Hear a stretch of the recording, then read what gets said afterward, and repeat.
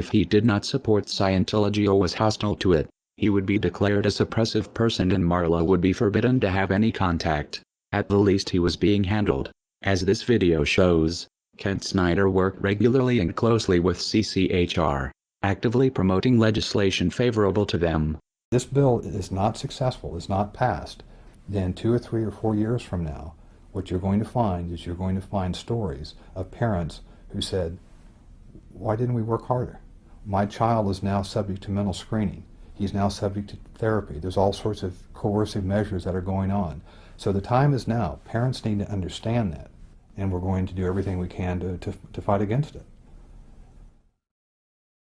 This is important because there is an attempt to rationalize Ron Paul's involvement with CCHR and founding member Dr. Zass as harmless. On the Ron Paul forums, when a supporter points out the Scientology connection, another member tries to spin Zass as a great libertarian who is not a Scientologist nor is sympathetic to Scientology. This is bullshit. CCHR is a branch of Scientology and SZAZS co-founded it. The Church of Scientology would never allow someone they did not control to have that much influence. The CCHR website was registered by Scientologist Amber Smayataki. Most of the board are Scientologists. Zass denies being a Scientologist. A representative writes, sharing this battle does not mean that Dr. Zass supports the unrelated principles and causes of any religious or non-religious organization. This can be true working with most organizations, but as we have shown, Scientology does not work this way. You are either for Scientology or you are against it. Whether SZAZS himself believes in Xenu is irrelevant. What is relevant is Scientology considers Zass non-hostile and therefore successfully handled. Kent Snyder may have something in common with Lisa McPherson. His involvement with a cult might have killed him. Like Zass, Scientology believes in an extreme version of personal responsibility. That disease is a result of body thetans and it is the Scientologists' fault for not trying hard enough to clear them. If they did, goes the theory, they would be free of disease. Zass doesn't push body thetans, but he does promote a dangerous distorted idea of mental illness that has the same potential effect, discouraging people from getting help because according to him any problems they have are imaginary. The CCHR was created in 1969, founded by the Church of Scientology and by famous renegade psychiatrist Dr. Thomas Zass. From day one, most or many of the senior leadership of the CCHR have been Scientologists. And for Zass, and of course this has been taken on big time by Scientology, therefore mental illness is not real illness. It is possible Kent Snyder's untreated illness and death was a result of adopting the Scientologist beliefs that his illness was his fault or not real. It would explain why he had no health insurance. Many Scientologists don't. It seems Snyder sincerely believed in Ron Paul's libertarian rhetoric and equally trusted his Scientologist friends, though this ultimately was not in his best interest. A further question arises. How many of Scientology ideas are influencing Ron Paul's campaign for liberty through CCHR and Zass? The Scientology connection to Ron Paul has been noted in a handful of disingenuous threads on the Ron Paul forum. They are disingenuous because they ask questions a Google search can answer in seconds, yet few people link to these results. The threads are phishing members to see how much Paul supporters know about the connection, and when someone appears knowledgeable, the information is spun. In one of these threads, Scientologists in Clearwater are praised for organizing one of Ron Paul's events in 2007. The writer clearly doesn't understand the significance of saying Scientologists and former Scientologists are involved. It's possible he is confused or misinformed. It's also possible Scientologists are lying about no longer being in the church. It would be a glaring anomaly that, everywhere else former Scientologists are considered SPs to be shunned by current members, except for those working on the Ron Paul campaign. More likely Scientology finds it expedient to muddle the connection by having members involved avowed they are former Scientologists. Since most Paul supporters don't know the first thing about Scientology or how to check the information, Ron Paul's campaign manager Kent Snyder had a close working relationship with the Scientology group CCHR from at least 2005. Snyder worked closely with Scientologists at the same time he worked in politics to make Ron Paul the household name he is today. Snyder helped push legislation favorable to Scientology. To do this he made PR videos approved by CCHR. In turn CCHR supported and promoted Ron Paul's presidential candidacy, most blatantly in the pay-to-play luncheon on November 28, 2007, the day of the debates.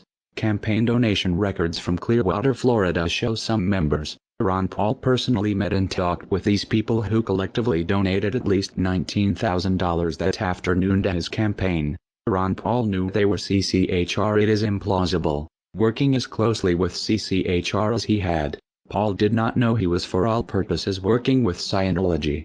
Another fact not as well known. In 2002 Ron Paul won the Thomas S. Zass Award as a tireless defender of individual freedom. That puts Ron Paul's personal association with Scientology back almost a decade.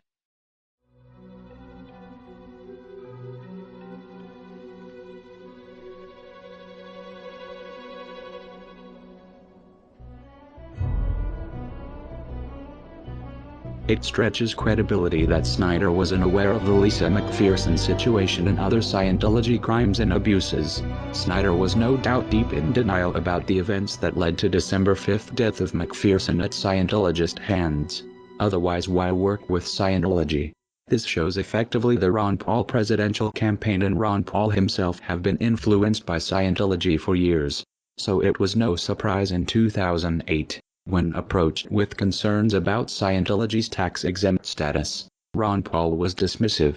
His statement, "I understand your concerns about Scientology," implies Ron Paul was aware of the problems of the so-called church and the fact independent observers consider it a criminal cult. In spite of this understanding, he had no problem speaking with them and taking their money. He would also have known about the pre-Chainology protest against Scientology, since at least one in memory of Lisa McPherson was targeted at CCHR during their Industry of Death Museum opening, that Kent Snyder attended. The question is, how much does Ron Paul owe to Scientology? And what does Scientology expect in return? The total amount of contributing dollars by Scientology to Campaign for Liberty may never be known. Whatever the amount, do not doubt Scientology expects a return on their investment in Ron Paul should he ever actually win the presidency. Paul supporters will try to dismiss this like they dismiss concerns about Ron Paul's donation from racist Stormfront.org founder Don Black. As odious as Black is, there is no evidence people have died opposing Stormfront.org. There is ample evidence the lives of critics of Scientology have been threatened and lost. Scientology plays hardball with anyone who challenges them. The same can be expected of anyone who tries to double-cross the cult. If Paul supporters find this hard to believe, they should familiarize themselves with Operation Snow White, where Scientology bullied the IRS for tax-exempt status. An organization that can strong-arm the IRS is not going to find a misguided Ross Perot wannabe hard to handle. To this day Scientology, through CCHR, works with Ron Paul. Anyone critical of Scientology is a suppressive person to be disconnected. Therefore we can conclude Scientology's leadership does not view Ron Paul or his supporters as suppressive persons. Scientology views them as allies to be handled, and that should worry everyone concerned about freedom. Scientology is not about freedom, it is about control, and it would rather let someone die than lose control. Scientologist Marla wrote, "All my peeps, this was sent to me by Ron Paul's right-hand man, who happens to be a very close friend of mine. In fact, I was on the plane with him when he told me Marla were going for the presidency. If it was Kent Snyder who told Scientologist Marla that Campaign for Liberty was supporting Ron Paul for the presidency, he considered it important to contact Scientology, possibly to maximize Scientology's fundraiser machine for Ron Paul's campaign."